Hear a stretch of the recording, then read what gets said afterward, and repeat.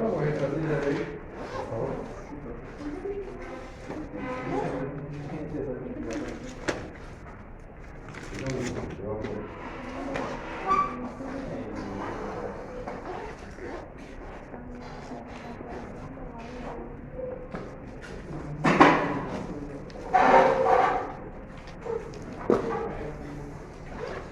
Bueno,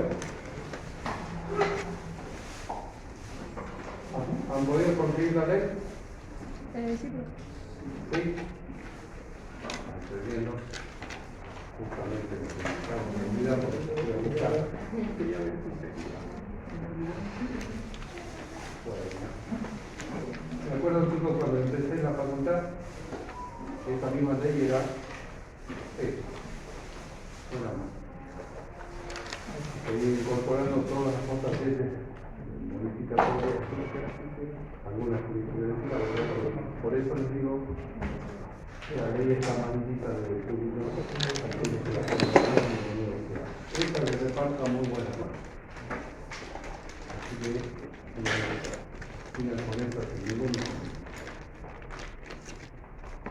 Bueno, ¿tienen toda la planificación también? ¿Han sacado las copias? sí, profe. ¿Hoy qué toca? Contenido del acto constitutivo. Contenido del acto y elementos.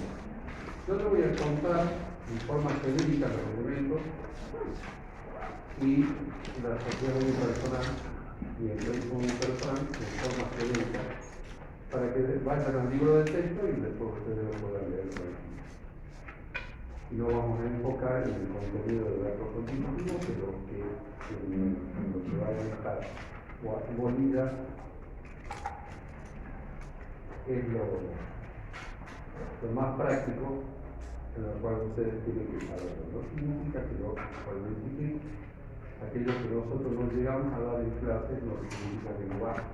Claro que va, porque en algún momento podemos llegar a preguntar. Pero en realidad el contenido del acto constitutivo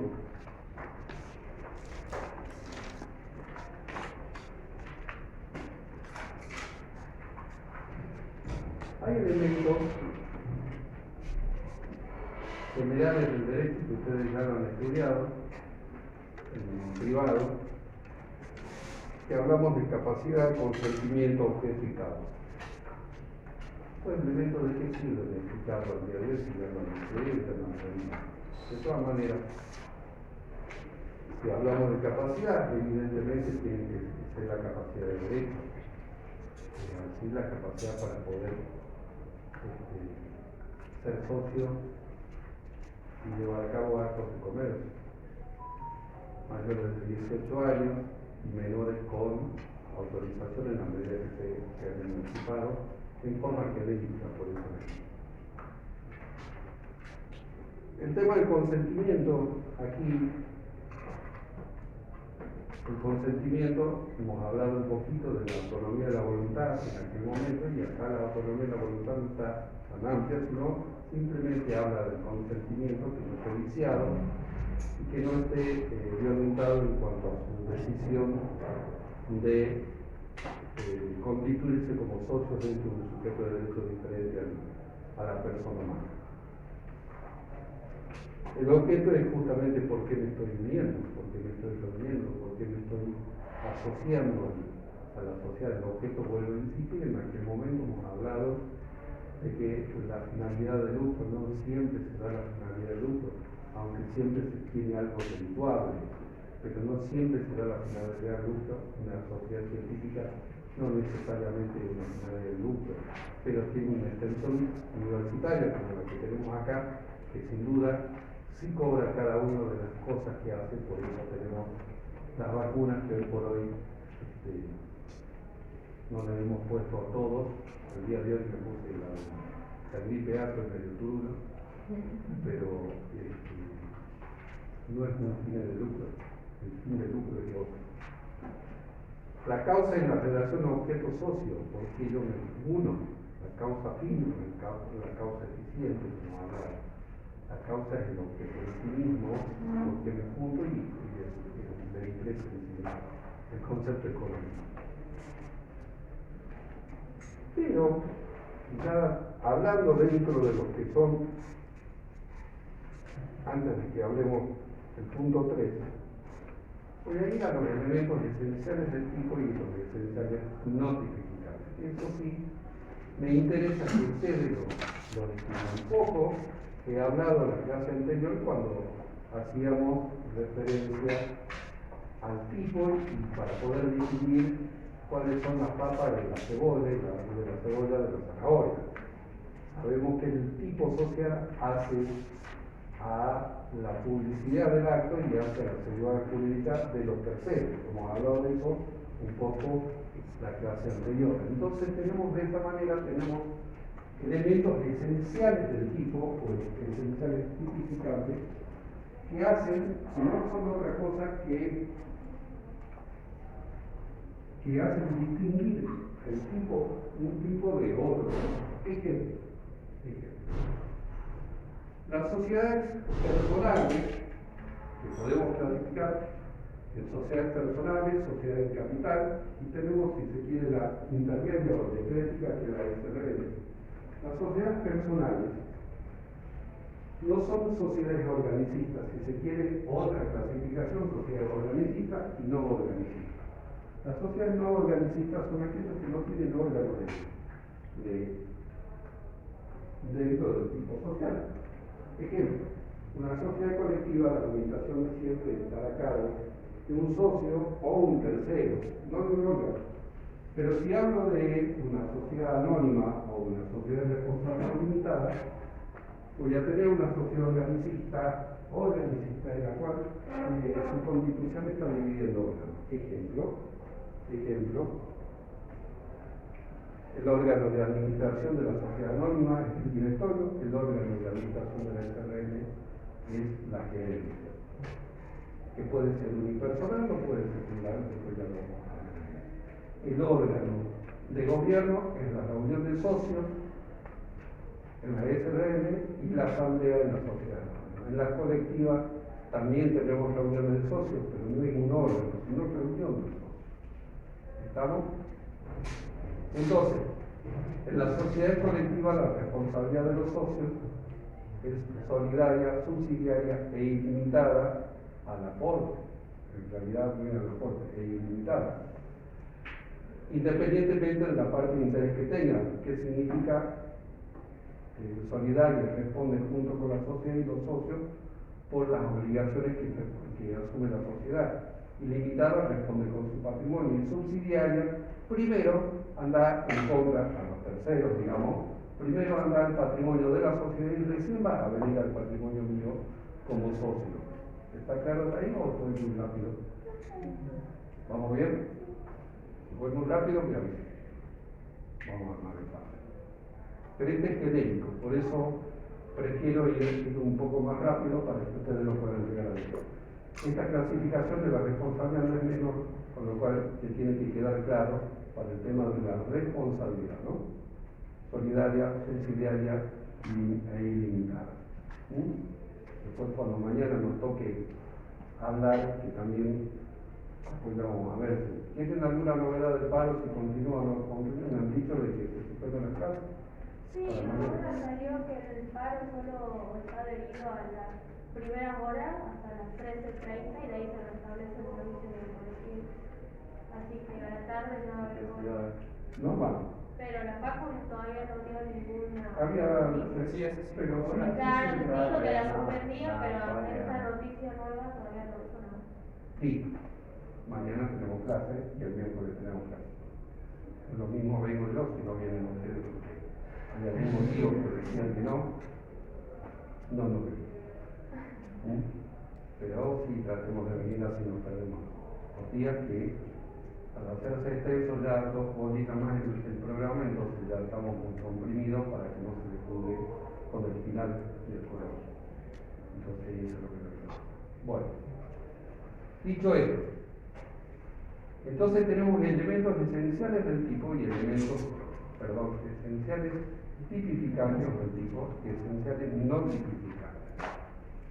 Los elementos esenciales del tipo es lo que yo ya acabo de decir. Por ejemplo, el órgano en la sociedad anónima de administración del directorio. Si yo omito dentro del estatuto la constitución del órgano de gobierno, no la tengo al tipo completo, no puedo yo publicitar algo que no corresponde. Pero antes, con la reforma del nuevo Código de Comercio Civil y Comercial de la Nación, ¿qué sucedía con los elementos esenciales del tipo que no estaban previstos? La sociedad, la sancionamos una sociedad atípica. Hoy no hay atipicidad, hoy todo vale. Hoy todo lo que encuentren extraño y que le parezca extraño terminan en la sección del artículo 21, la sociedad no regularmente constituida, que es la papelera de reciclaje nuestra del celular y de la computadora. Todo lo que le parezca extraño termina ahí. ¿Por qué termina ahí? Si ustedes me dicen, por mi tono de voz, deben pensar ustedes que yo digo, esto está mal, porque en realidad terminamos haciendo algo que estaba bien organizado y que estaba bien sancionado para que todo viva la pena. No es así, tiene su sentido. El artículo 100 de la Ley de Sociedades habla, y en forma genérica, habla de la preservación de la empresa. Siempre la Ley de Sociedades busca la preservación de la empresa. Ante la duda, la empresa existe. Ese sujeto de derecho es un sujeto de derecho con obligaciones y derechos. Estamos ante la duda. Por eso es la aplicación hoy en día de que ya no hay sociedades atípicas, sino directamente no las sanciona con la nulidad, sino directamente a la atípica se la considera como una sociedad no regularmente constituida conforme al artículo 21 de la ley. Vamos a la papelera de reciclaje, sociedad no regularmente constituida. Ahora bien, pero los elementos tipificantes hacen a la publicidad y hacen a la seguridad jurídica. En consecuencia, si yo tengo Alberdi S.A., yo voy a saber que mínimamente tiene que tener un presidente del directorio, tiene que haber un directorio, tiene que haber un presidente. Si yo voy al estatuto, me va a decir si es que es plural o es singular el órgano, pero el órgano tiene que estar. Tiene que haber un órgano de gobierno, que es la asamblea, y puede o no estar un órgano de fiscalización, que es la sindicatura. Si yo digo una sociedad colectiva, sé cuál es la responsabilidad que tienen los socios, a diferencia de una SA, cuya limitación de la responsabilidad es al aporte, a diferencia. Esos son los elementos esenciales del tipo. Ahora bien, ¿cuáles son los elementos esenciales, que son esenciales, que deben estar, pero no tipificantes? ¿Qué significa? Hoy en día es muy irrelevante porque no llegamos a la tipicidad, pero hay elementos que no hacen al tipo que deben estar, pero son esenciales. Ejemplo, el plazo de duración, el domicilio, la constitución del capital social, los datos personales de cada uno de los socios, el nombre del administrador. Todo eso son elementos esenciales no tipificantes que son comunes a todos los estatutos sociales y contratos sociales, que deben estar, que la ley pide que deben estar, y que ahora, enseguida, vamos a hablar de lo que es el acto constitutivo, para que a ustedes les quede claro. ¿Hasta ahí estamos bien? Es decir, tenemos elementos generales, que son elementos generales del derecho, en la cual en toda relación jurídica existe consentimiento, objeto, causa y capacidad. Esos son los principios generales del derecho que en todo contrato debe existir. Pero después tenemos elementos esenciales del tipo, los elementos esenciales tipificantes, y los elementos esenciales y no tipificantes. Pero a su vez, hay otros elementos que hacen al estatuto social, si bien digo, propios de esta persona jurídica. Por ejemplo, la affectio societatis, que se llama, que es la voluntad de asociarse, ese consentimiento que hemos dicho en los principios generales. Está bien discutido este tema, más que discutido está muy claro el día de hoy, porque la voluntad de asociarse,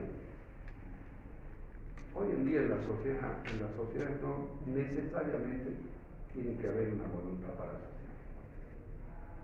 Entonces, el punto es, ustedes me dirán, pero tengo que manifestarme.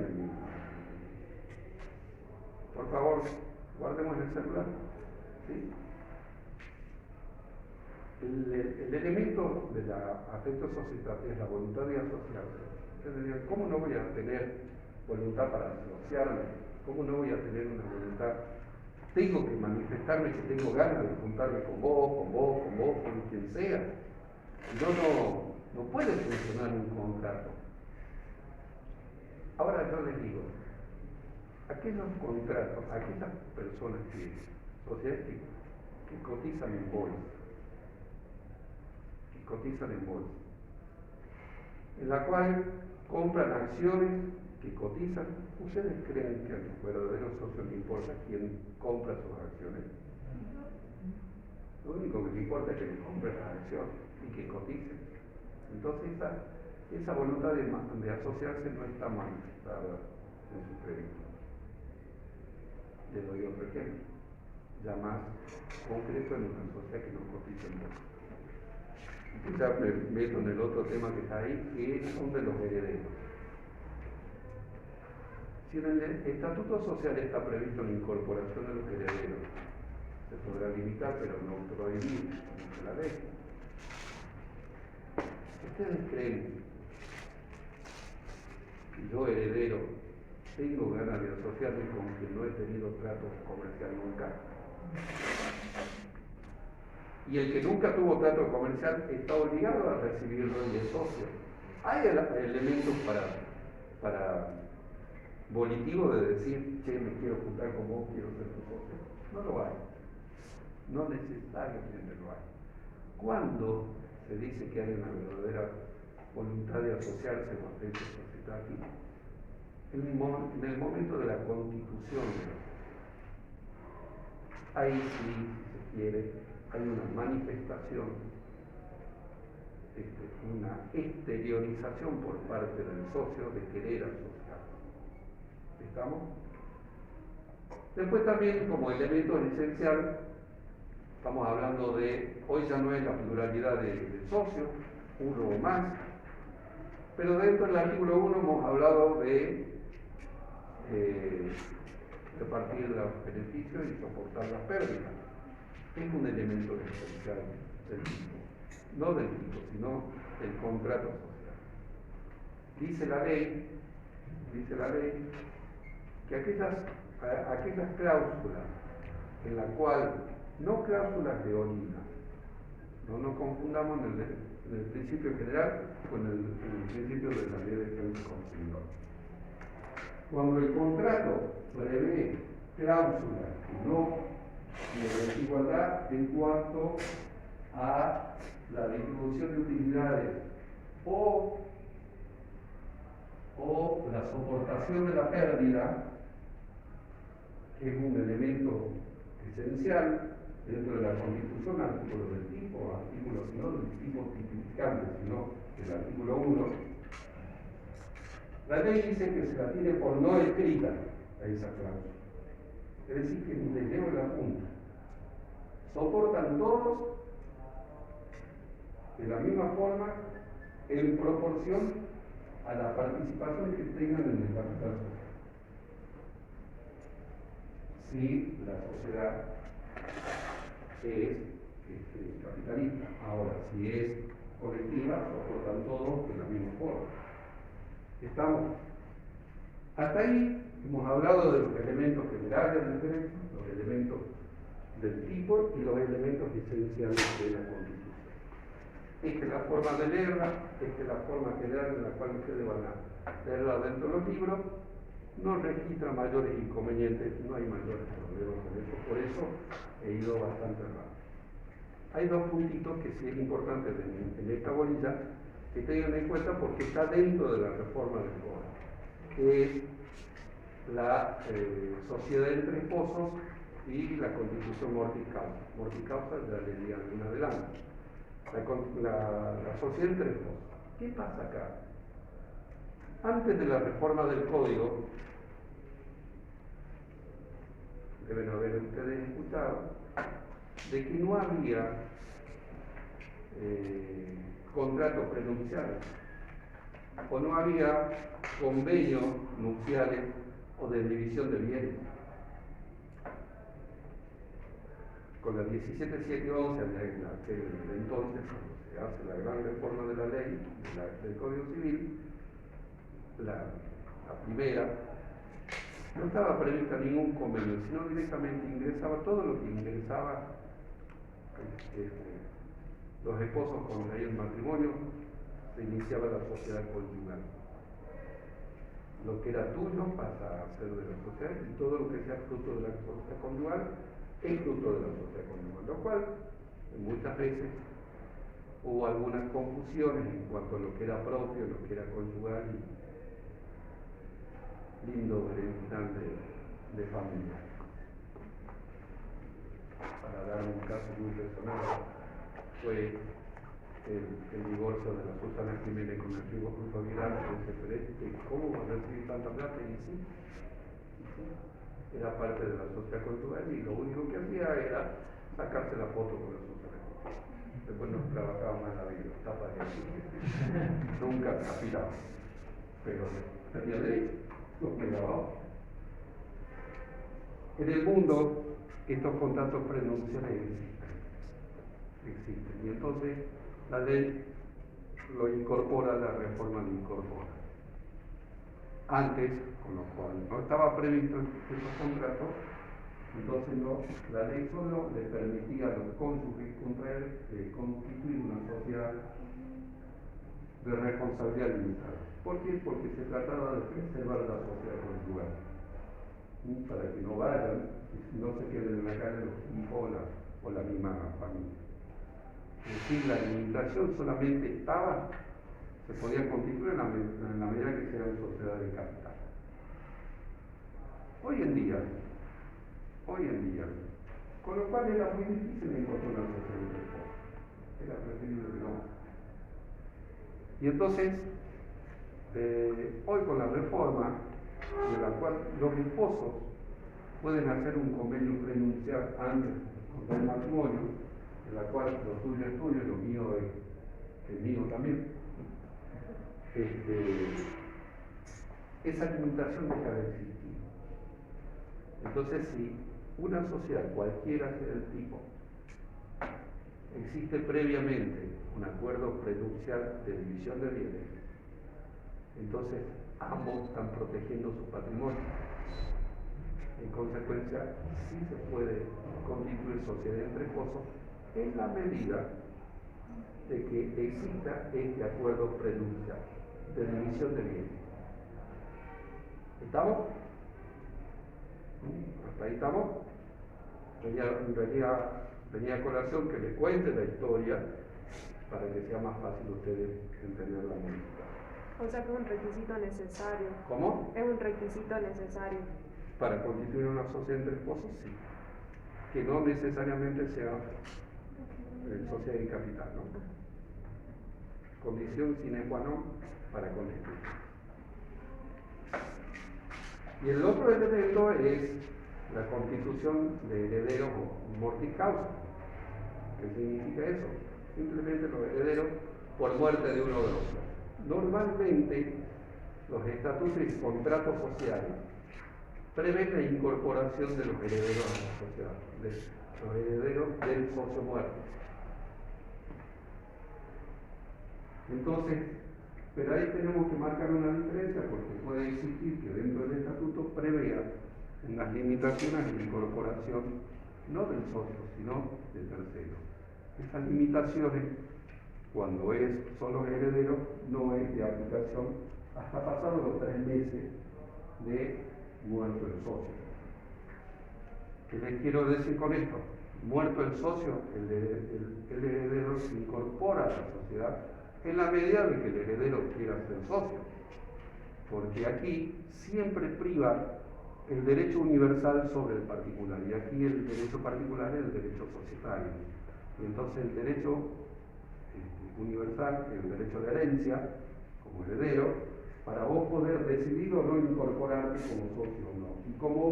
Y también tenés la posibilidad, como heredero, de poder vender esa parte sin la necesidad o sin que exista limitación a la venta hacia terceros. ¿Sí? ¿Qué puede ocurrir? De que el heredero sea menor, y entonces en ese caso se le va a designar un curador hasta que tenga la mayoría de edad para que pueda administrar. Y en este caso, si la sociedad es personal, es decir, que responde solidaria, limitada y subsidiariamente, en el caso en particular del heredero, su responsabilidad será limitada, pero bajo la guardia y la custodia del curador. Ahí estamos. Todo lo que le acabo de contar es principio general del derecho. Es básico. Con lo cual hemos repasado un poco lo que ya han visto. ¿Alguna duda de todo esto? ¿Estamos bien? ¿Vamos para adelante? Pero pensar que si es una sociedad que tiene responsabilidad ilimitada, o sea, su socio tiene responsabilidad ilimitada y se incorpora un menor, ese menor tiene responsabilidad limitada. Tal cual. Así, ¿no? Hasta que cumpla la mayoría de edad. Tal cual. ¿Verdad? ¿Y tiene un plazo para decidir si quiere unirse a la sociedad o no?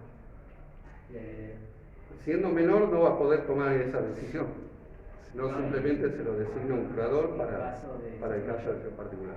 Ahora, si tiene la mayoría de edad, sí, tiene 3 meses para incorporar. Caso contrario, se le aplican las limitaciones que prevé el Estado. ¿Estamos? Otro tema que tiene la bolilla es la sociedad empresa y sociedad unipersonal.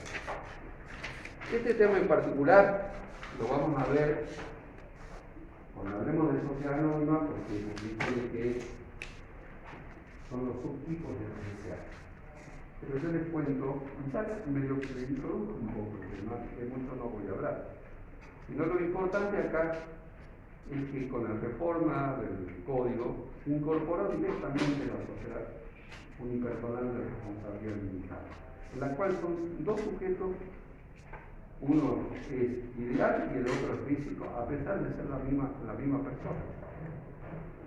Lo importante acá es la comunidad de interés y la comunidad de patrimonio, que tiene que ser independiente del patrimonio personal de lo que es el socio. La integración del aporte y del capital en un solo momento, y todas las sociedades anónimas, se incorpora como sociedad anónima unipersonal y como sociedad anónima simplificada, es decir, sociedad anónima como subclase unipersonal. ¿Cuál es la diferencia entre una y la otra? La sociedad, la SAO, es toda una complejidad, apunta a la gran empresa familiar, pero más que nada del patriarcado famoso. Yo la verdad no tenía la idea, a mí me gustaba, en vez porque se acuerdan que teníamos Agua de los Andes Sociedad Anónima, y que después el gobierno modifica la sociedad y la transforma en una sociedad del Estado. Para mí, Agua de los Andes era la típica sociedad anónima que podía transformarse en sociedad unipersonal. ¿Por qué? Porque tenía la estructura inmensa como la que tiene ahora para poder constituir los órganos. ¿Por qué? Porque la sociedad anónima unipersonal exigía como mínimo 3 directores, 3 síndicos, es decir, una envergadura administrativa importante. Y para el BI era mucho más fácil, seguía dentro del ámbito privado y pasaba a ordenar la irregularidad que era Agua de los Andes Sociedad Anónima. Imagínense una sociedad anónima de una sola persona, de un solo socio, cuando estaba vigente, ¿no? la 19.550, cuando no más socios.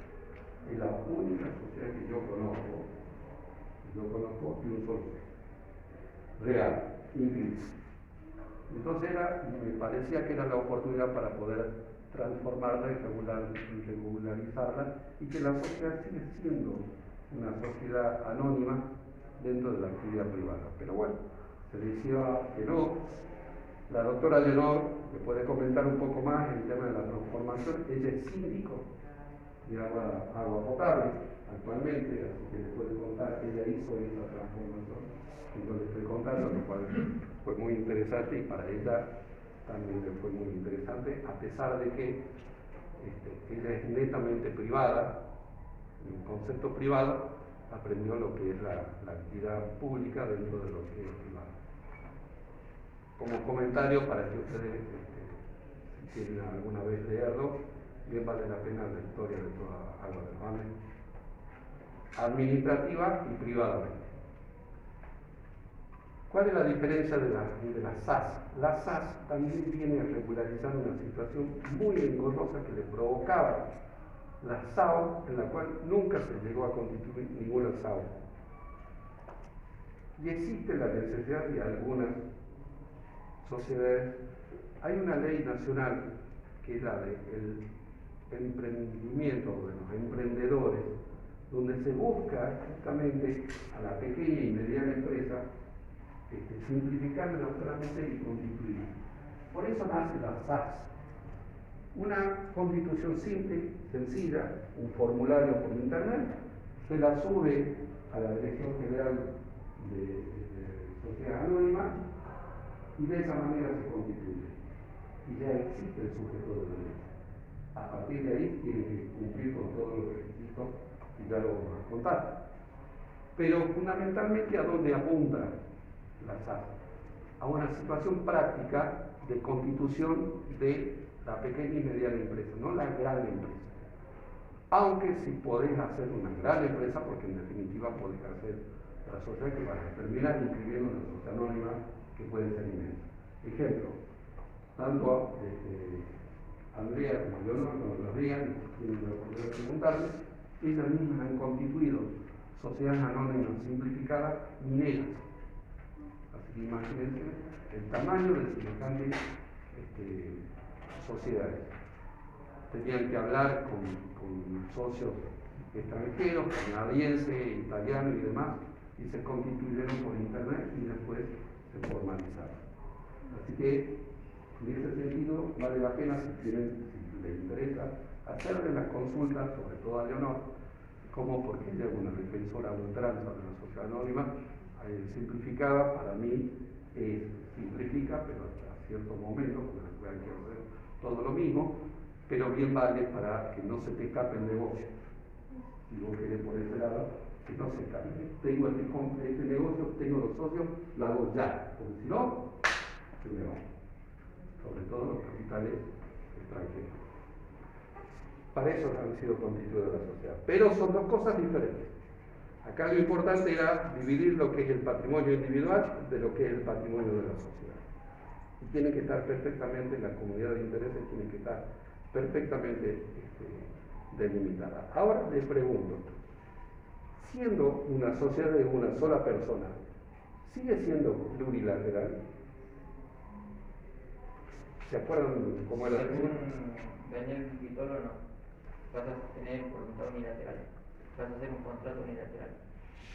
Sí, según Vítor, sí. Según Vítor dice que es unilateral. Según Romero dice que no. Según la verdad de todo esto es que, obviamente no me voy a poner a la altura de eso, pero ni mucho menos, pero una cuestión así lógica. Sigue habiendo partes de interés, sigue habiendo partes diferenciadas de interés. Tengo la sociedad, tengo el socio y tengo los terceros. Es cierto lo que dice Víctor, hay una voluntad unilateral para formar todo esto, es cierto, y no es tan discutible el tema. Ahora sí, yo creo que hay partes de interés diferencial. Y eso es lo que apunta la ley. Diferenciar lo que es patrimonio social de lo que es el patrimonio social y quien contrata con los terceros en la sociedad, no la misma persona. Entonces, como siempre va a haber uno que quiere diferente y siempre, hasta en la misma cátedra existe eso. Ya se lo he comentado como discutimos con el doctor Palma, a lo cual se le está animando. De esta manera cerramos toda la parte teórica de la bolilla, que es una bolita sencilla como para poder hablar tranquilamente. Ahora vamos al acto constitutivo. El acto constitutivo directamente habla del artículo 11, pero yo le voy a contar un cuentito desde antes.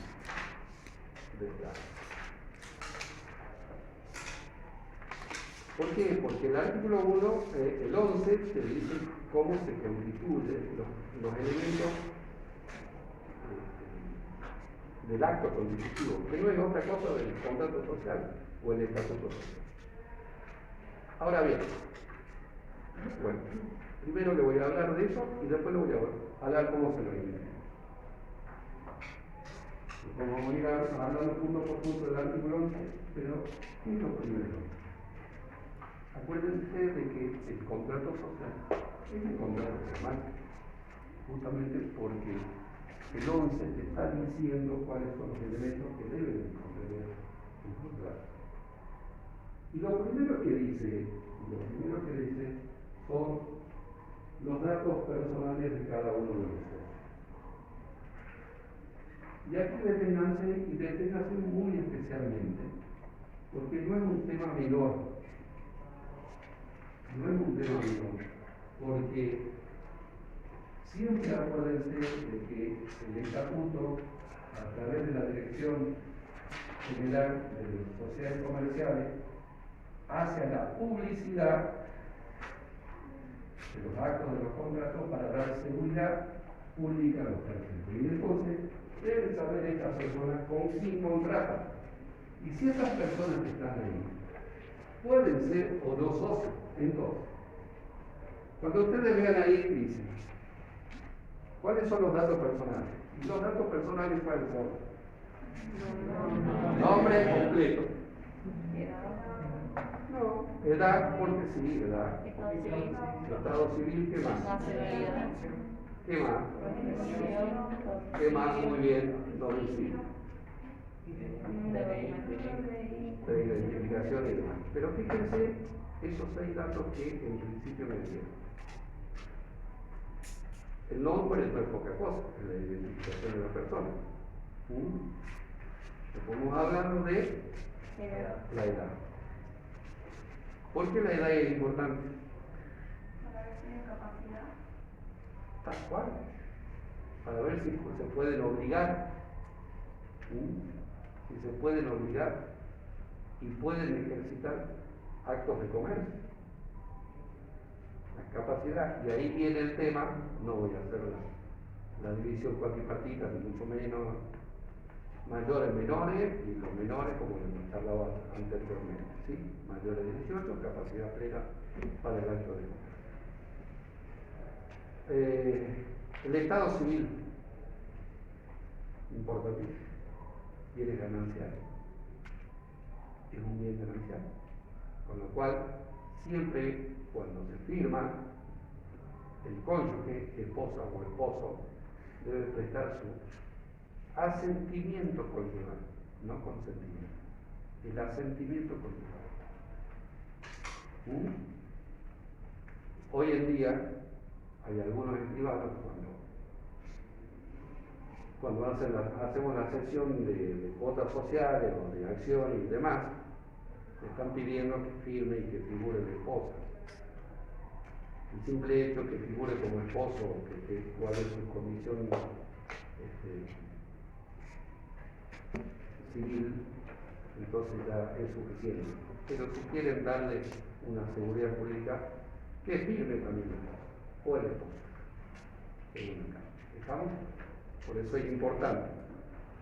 Y antes era más importante, ¿por qué tema? El tema de la No existían los contratos previdenciales. Perfecto, más importante que ahora, con mayor razón. Entonces, la condición civil es muy importante. La profesión, ¿será importante? Hay profesiones en las cuales no pueden ejercer el comercio, no pueden llevar a cabo actos de comercio. Ejemplo, los corredores de bolsa, los martilleros, los jueces, los clérigos. Entonces no pueden ser socios, por eso es importante la profesión. Y el tema del domicilio, por último. Todos tienen que figurar con su domicilio real. ¿Cuál es el domicilio real a diferencia del domicilio legal? Ese es el legal, donde reside, donde vive, donde hace el domicilio fiscal es el mismo que el legal. O puede constituir domicilio fiscal diferente y vos tener una actividad diferente, pero más o menos es así. Entonces, es importante el domicilio real. En este caso, el real, no el legal, para el tema de las notificaciones. Después, cuando hablamos de los administradores, vamos a ver que ahí marca la diferencia en la necesidad de que la constitución del domicilio legal en la República Argentina. ¿Por qué? Porque puedo tener un sujeto de derecho ideal y ser socio. Y resulta que tiene domicilio en cualquier otro lugar donde está la constitución. Domicilio real, perdón. ¿Estamos? Fíjense entonces el punto acá de no puedo pasar por alto decir los datos personales del socio, domicilio. No, para. ¿Qué datos personales y por qué es importante? Ahí es la pregunta del caso. Primer elemento del acto constitutivo, datos personales de cada uno de los socios. Se amplía el tema, se lo desmenuza. ¿Estamos? Otro elemento. Fíjense que yo lo estoy diciendo por más que yo lo conozca la ley. Estoy ideando cómo estoy armando el contrato social. Piensen que ustedes están armando un contrato. No necesariamente tienen que acordarse del artículo. ¿Quién tiene que tener un contrato? Bueno, domicilio, plazo de duración, La razón social. la razón social, y ahí viene lo más importante. Primero vamos a comentar el domicilio. El domicilio. ¿Por qué el domicilio? Porque la sociedad tiene que tener un domicilio, así como todas las personas humanas tenemos un domicilio y la sociedad también. Que no es lo mismo que las filiales, no es lo mismo que las sucursales, un domicilio de la sede social. Que la ley dice mínimamente tiene que estar en el estatuto social el lugar de jurisdicción. Y ahí no termina la historia. Porque puedo decir en el estatuto, puedo ver en la jurisdicción de San Salvador del Jujuy, en la jurisdicción de la provincia de Jujuy. Ahí no terminó el elemento, no se llegó a cumplir.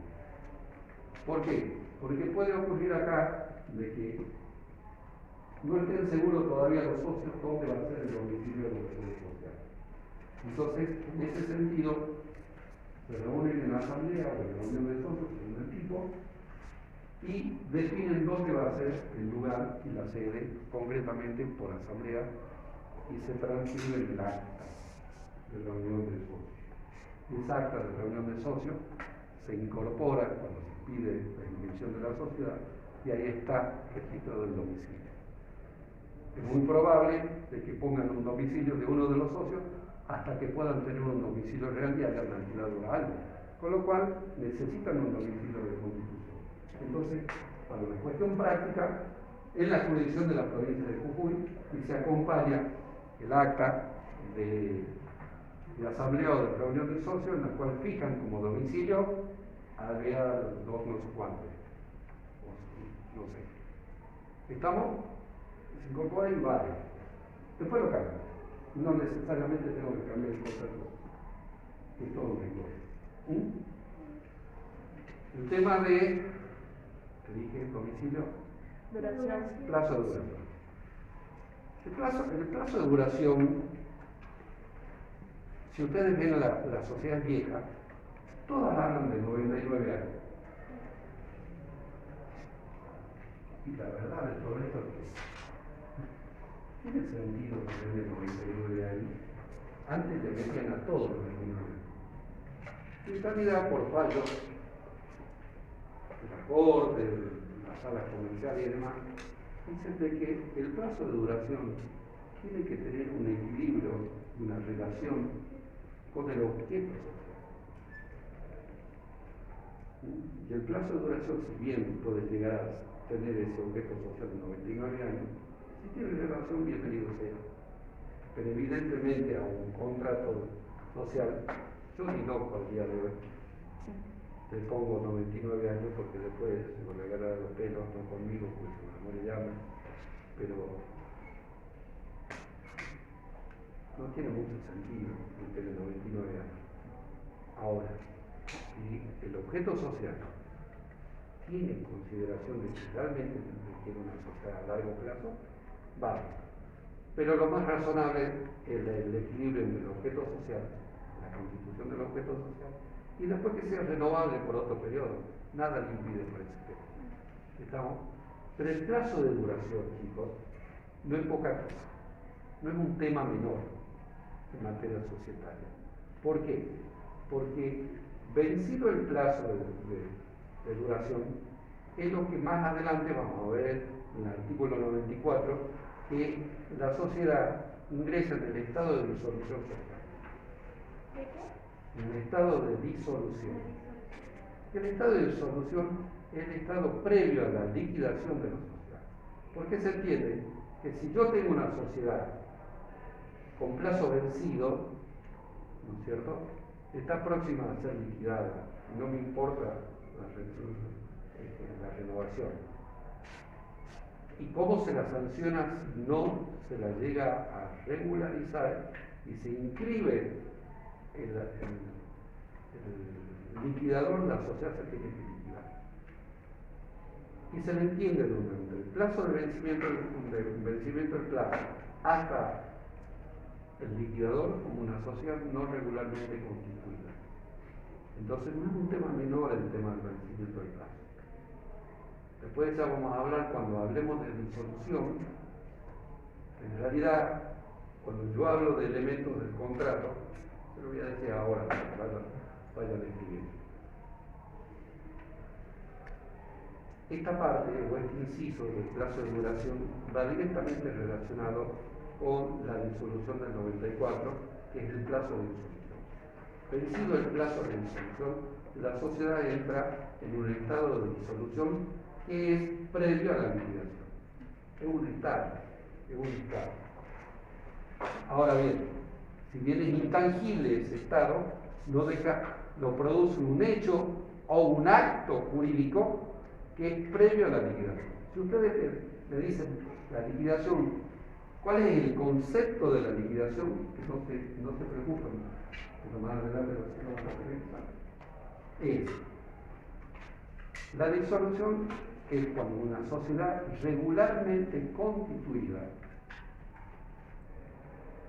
se produce por un hecho o un acto jurídico previo a la liquidación. Fíjense ustedes, el concepto que les estoy diciendo es un concepto absolutamente integral, porque un estado de disolución no lo tiene una sociedad irregular, sino una sociedad regularmente constituida, inscrita, que por un hecho o un acto jurídico provoca el estado de disolución que será previa a la liquidación. La liquidación, ustedes saben, como bien contados, buenos contadores que son, como cero, es la liquidación del activo y la realización del pasivo. O al revés. ¿Sí? Vale. Entonces, ya estoy en una situación de liquidación. Pero acá en el estado de disolución todavía puedo reorganizar la sociedad y evitar la liquidación. ¿Cómo se evita la liquidación, el estado de disolución con el vencimiento del plazo? Primero, con la prórroga antes del vencimiento. Y segundo, con la reconducción después del vencimiento. En ambos casos importa una modificación del contrato social. Reconducción. La primera es la prórroga. Antes del vencimiento es prórroga. Vencido el vencimiento se llama de reconducción. O sea que si Y antes de la reconducción no tiene que haberse designado el liquidador judicialmente. Es decir, ustedes tienen 3 pasos, 3 etapas. Antes del vencimiento es prórroga. Vencido, reconducción. ¿Y cuándo procede la reconducción? En la medida que no esté inscrito el liquidador judicial de la sociedad.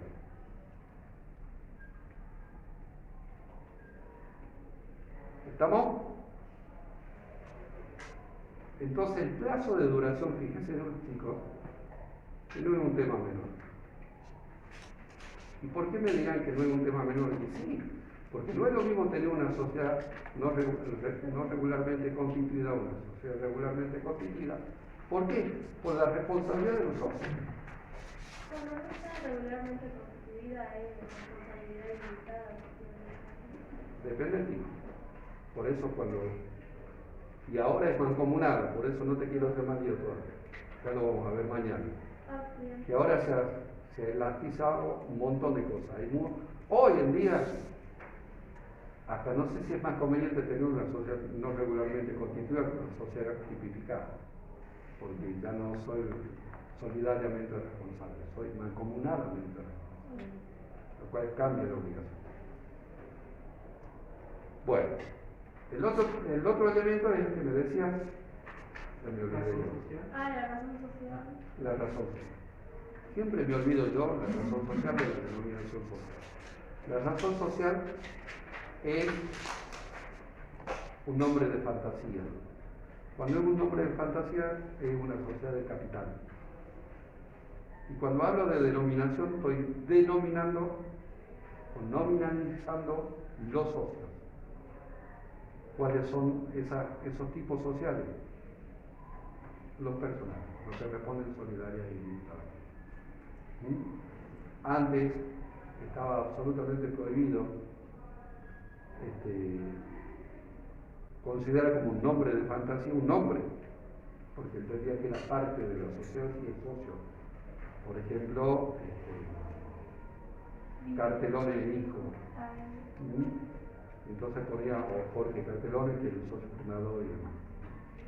Pero resulta que Cartelone trasciende la persona en sí misma, si no se la considera como una sociedad. Hoy, ¿quién no conoce Cartelone como una empresa constructora de grandes caminos? Hoy por hoy es un CEO, es prácticamente una multinacional, pero muchas veces trascendía.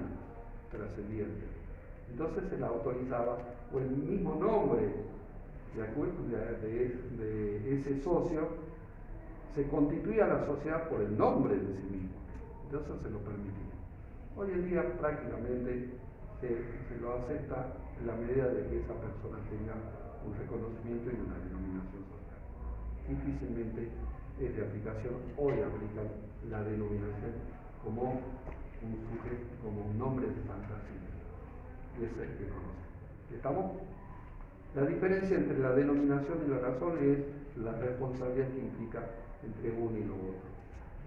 Vuelvo otra vez al tema del tipo. Si yo sé que es Juan Pérez, sociedad colectiva, yo sé cómo respondo. Y es la razón social.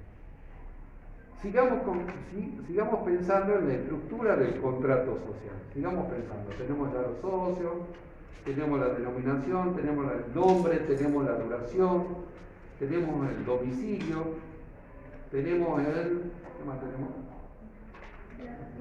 ¿Ah? Todo eso ya tenemos. Y entonces empezamos a armar el contrato.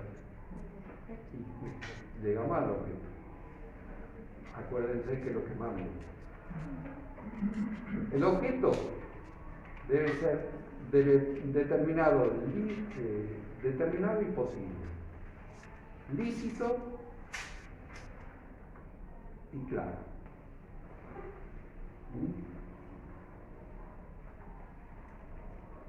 Determinado, posible, lícito y no me acuerdo la otra.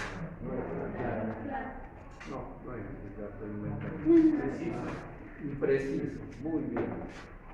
Ya estoy inventando, ¿ves? Y claro, ya le había dicho. Y preciso. 4 cosas. Posible. No nos acordemos de nuestro presidente que va a hacer base en la luna. Aunque hoy ya no es tan difícil. No es tan difícil, sino preguntarle que acaba de comprar tal cual. Que acaba de comprar Twitter y ya tiene una base, ya tiene hasta su propio avión para ir a la luna. Pero bueno, es algo medio complicado de cumplimiento imposible. Pero tiene que ser posible. Como primera medida, posible. Lícito. Yo no voy a hacer un contrato cuyo objeto sea trata de personas. No lo voy a hacer. Y aunque puede ocurrir, como ocurrió, que yo pueda haber tenido un contrato social lícito y que después, por alguna decisión gubernamental, el derecho del príncipe que se llama, se haya prohibido esa actividad. Por ejemplo, la famosa ley seca en Estados Unidos, en la cual yo tenía una sociedad, suponte, de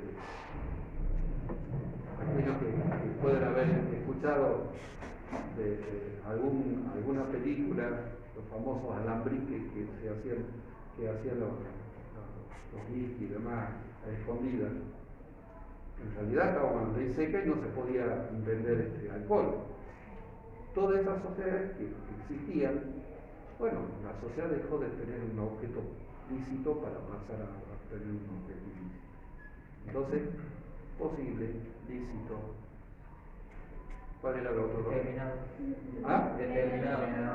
Ese tema hoy en día ha sido extremadamente debatido. ¿Por qué? Porque las sociedades antes empezaban de sociedad agropecuaria, inmobiliaria, financiera, terminaban haciendo un multiobjeto, era terrible, y claro, podían hacer de todo. Y entonces vos decías, y si el límite de la capacidad de la sociedad es el objeto social, y resulta que los administradores terminaban obligando a la sociedad para todo. Lo que se le ocurría también obligaba a la sociedad, con lo cual eso se fue delimitando. La jurisprudencia lo fue limitando. Y hoy por hoy, si bien permiten que haya multiobjeto, uno, tiene que haber un eje entre todos. Si yo tengo una sociedad en la cual el objeto social es de elaboración y consumo de restaurantes y cadenas alimenticias, yo frente a ese objeto puedo hacer catering, puedo hacer otras cosas que también están previstas dentro de lo que es la gastronomía. Pero el objeto madre tiene que ser uno. Y la actividad puede ser múltiple, pero uno objeto. Con lo cual tiene que ser preciso y determinado. Preciso y determinado. Siempre acuérdense de que el objeto es el que delimita la capacidad de funcionamiento de la sociedad. Y es el límite que tienen los administradores para obligar a la sociedad. Para obligar a la sociedad. Entonces, el objeto tiene que ser muy claro, muy preciso, porque si no, terminamos obligando a la sociedad y siendo usado por los administradores, y los socios nunca nos enteramos de todas las cosas. ¿Está? Ok. Después, ¿qué creen ustedes que tendría que tener un contrato? Ya hemos hablado de varias cosas. Capital, la constitución del capital. ¿Cómo va a estar dividido? Si son una sociedad anónima, lo voy a dividir en acciones. Las acciones, después cuando lo estudiemos, hay diferentes tipos de acciones. ¿Qué clase de acciones voy a querer tener para mi sociedad? Y fundamentalmente, ¿cómo va a ser integrado y cómo va a ser suscrito el capital? Y puede ocurrir de que quiera que tener esa sociedad a su vez que cotice en bolsa, con lo cual voy a necesitar la autorización de la Comisión Nacional de Valores. Vamos para adelante. Después, ¿quién más voy a necesitar para conformar el estatuto? Le hemos dicho forma genérica, capital, objeto, que es algo importantísimo dentro de la sociedad. ¿Ah? El órgano de administración, la conformación del órgano de administración. Según el tipo, tendré gerencia, tendré directorio o tendré la administración de los socios. ¿Y qué otro órgano también es importante? Puedo optar por la fiscalización, no es del tipo. Puedo hacerlo, que no deja que es la fiscalización privada. ¿Cuál es? ¿Cómo se llama? La sindicatura, el síndico.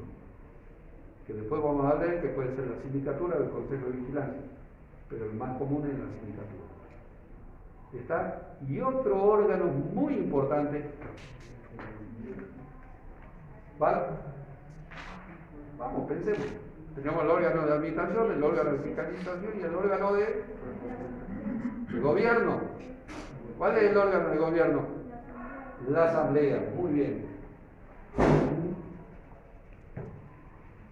La asamblea. Y chicos, acá vamos a terminar con los elementos. Y si ustedes empiezan a leer el artículo 11, ¿quién lo quiere leer? Se van a dar cuenta que lo que acabamos de hablar es todo el artículo 11.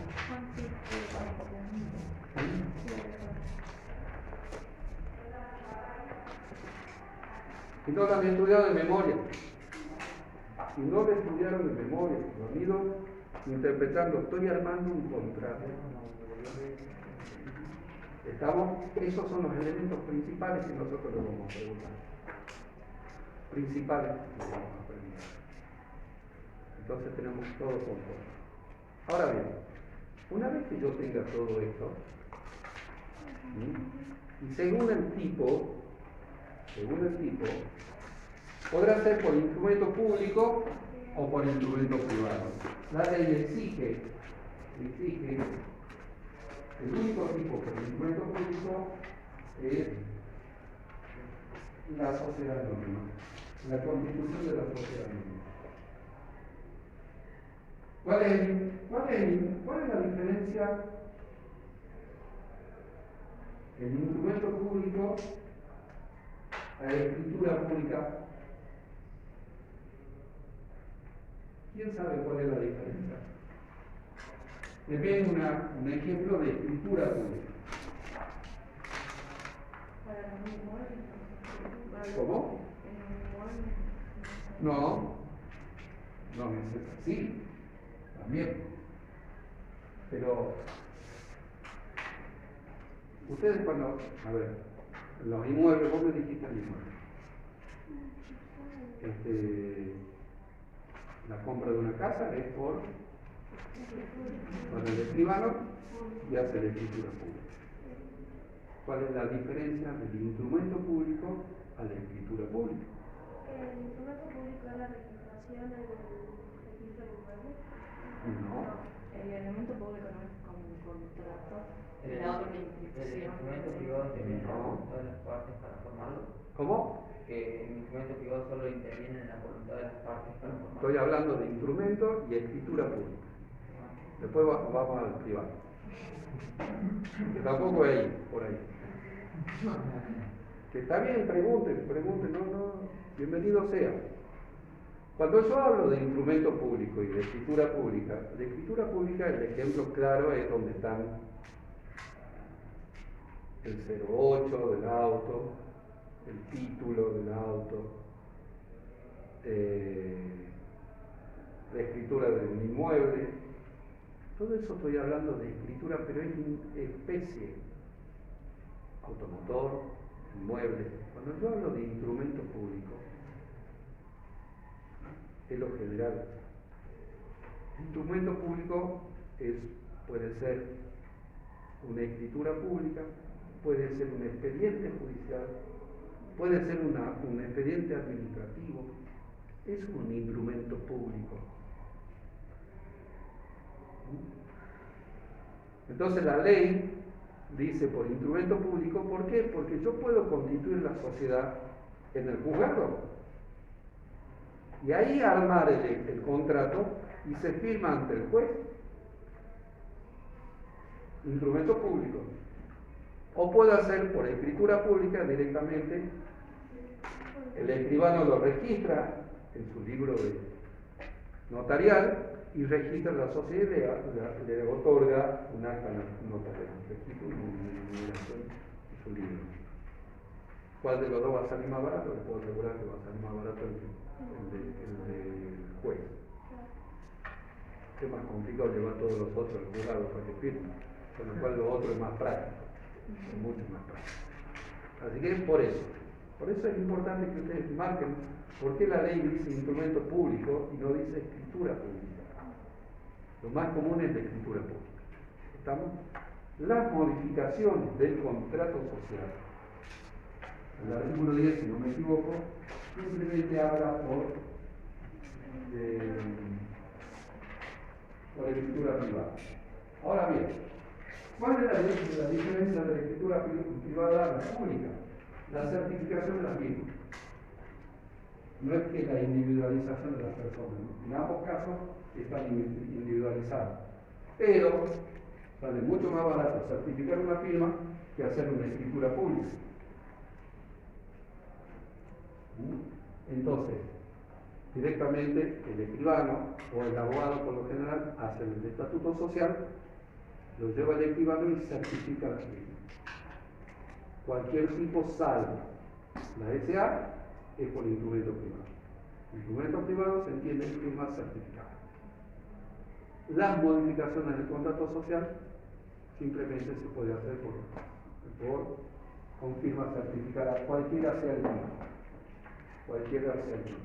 Aunque hoy se utiliza mucha práctica y por ahí se han puesto medio quisquillosos el registro de comercio, la modificación de la SA, las modificaciones también está pidiendo escritura pública. ¿Hasta ahí estamos? Bueno. Instrumento el contrato. Firmo el contrato o hago la escritura, firmo, lo formalizo. Una vez que yo lo formalizo, tengo el contrato social, el estatuto. Estatuto, porque yo marco la diferencia entre contrato y estatuto. Estatuto tenemos en la sociedad de responsabilidad limitada y en la agencia. En el resto estamos hablando de contrato. Ahora bien, tengo el estatuto, directamente voy a ir a inscribir, no voy a ir a inscribir, sino directamente voy a solicitar la inscripción en el registro público de comercio, voy a iniciar el trámite de regularización societaria, en la cual ya he adoptado uno de los tipos, ya he formalizado el contrato social y tengo que solicitar a la autoridad de Contralor su inscripción. Junto con la inscripción, más allá que lleve cuatro ejemplares en original sellado en renta, siempre hay impuestos en nuestro país, y entonces lo llevamos al registro para la inscripción. Junto con eso, la evaluación de los aportes de los socios que hayan hecho como aporte, viene en especie, registrado o no. Registrado o no. Junto con todo eso, terminación de una carpetita es importante, junto con todo eso, ¿qué llevo? Llevo los libros de comercio, que según el tipo social tendré 3 o 6 o 7 libros según el tipo. Por lo general lo que le piden inicialmente el registro público de comercio son los 3 que conocen ustedes: inventario, diario y diario. Y balance, perdón. Y balance. Con todos esos papeles terminan en el registro. Por supuesto, cuando aparecen con todos esos libros, con todos esos papeles, el administrativo que lo recibe lo ve con una cara de mozo, dice que lindo, ¿verdad? Y entonces, porque tienen que empezar a formar el cargo del jefe. ¿Qué es lo primero que hace el juez de registro? Hace el control de legalidad, de que cumpla con todos los elementos esenciales del tipo y los no tipifica. Cuando advierte que adolece de alguna subsanación que se tiene que hacer, le dice que el artículo tal, lo escribe, no cumple con las condiciones tal que dice, y entonces uno lo tiene que corregir y subsanar. Si no lo llega a subsanar en el tiempo suficiente, la sociedad automáticamente pasa a ser una sociedad no regularmente constituida. ¿Por qué? Porque se dejó de cumplir la sociedad informática. Ya lo vamos a explicar la mañana. Analizado todo esto el juez de registro ve que está todo bien, dispone la publicación por un día en el registro, en el boletín oficial y en el diario de mayor tirada según el tipo, y una vez conformada la publicidad de la constitución de la sociedad, con el ejemplar del boletín se incorpora al expediente de solicitud de inscripción y pide la inscripción definitiva de la sociedad, lo cual el juez acepta, pero no le dice dispóngase la inscripción, sino el juez dispone la toma de razón de la sociedad, que no es otra cosa que la inscripción o la regularización definitiva de la sociedad. Previo a eso, el juez, ¿qué le pide? Que acredite el depósito del 25% del capital social si es que queda en dinero. Una vez depositado y pagado los sellados, por supuesto el impuesto de renta, el juez dispone de la inscripción. Todo ese proceso que le acabo de contar es el proceso de regularización de la sociedad, que viene desde el contenido del acto constitutivo hasta la regularización. Y esto que les estoy contando es muy importante que ustedes lo manejen para la clase de mañana, que vamos a hablar de sociedades no regularmente constituidas. Es todo un proceso. Yo sé que le he dado mucha, pero muchísima información técnica, muchísima. Pido disculpas, pero no queda otra. No le queda otra. Por eso yo el primer día le dije, la primera parte, Dios es abstracta porque se la tiene que imaginar. No es sencilla. No es sencillo porque es abstracta. Pero si al artículo 11 no piensan cómo van armando el contrato, lo tienen que estudiar de memoria y no sirve. No sirve. ¿Estamos? Así es la forma del regular. Así tomamos en el regular. Todo esto que yo te conté en la clase, así es el regular. Por eso a los chicos les es tan complicado rendir regular. Porque rinden solamente lo que dice el libro de texto y la ley. Nosotros, yo particularmente le pregunto por qué, y ahí se trata. Por eso es tan importante usarla, porque esta parte no le cuenta el libro. O sea, le cuenta de otra forma. ¿Estamos? ¿Alguna pregunta? me quedó una duda. Al final la sociedad anónima sí o sí se tiene que inscribir con el documento público. Sí, la constitución. Claro. Bien. Después la modificación del contrato, Puede ser. la ley puede ser por instrumento público o privado. Pero ahora los del registro están siendo molestos y están pidiendo nota. Bien. Gracias, profe. De nada. ¿Alguna otra pregunta? ¿Se sigue llamando registro público de comercio? No, hoy por hoy se llama, siempre me olvido, Dirección General de Sociedades Comerciales. Así se llama.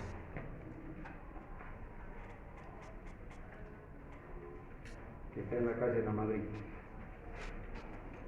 que pertenece a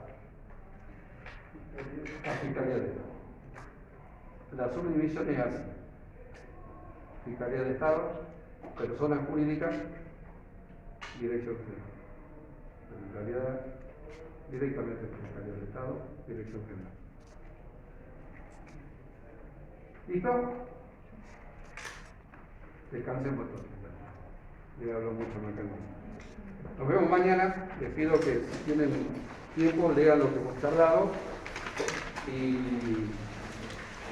mañana vamos a empezar.